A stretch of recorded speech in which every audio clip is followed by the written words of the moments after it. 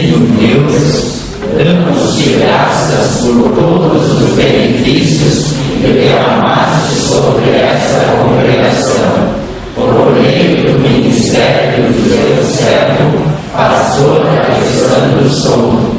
Concede-lhe pelo teu Espírito Santo graça e bênçãos em seu novo campo de trabalho.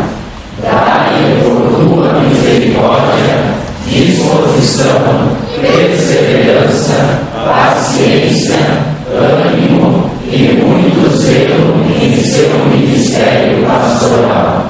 Fortalece-o em seu ofício, para que por tua palavra e Santo Espírito a tua igreja seja edificada e multiplicada.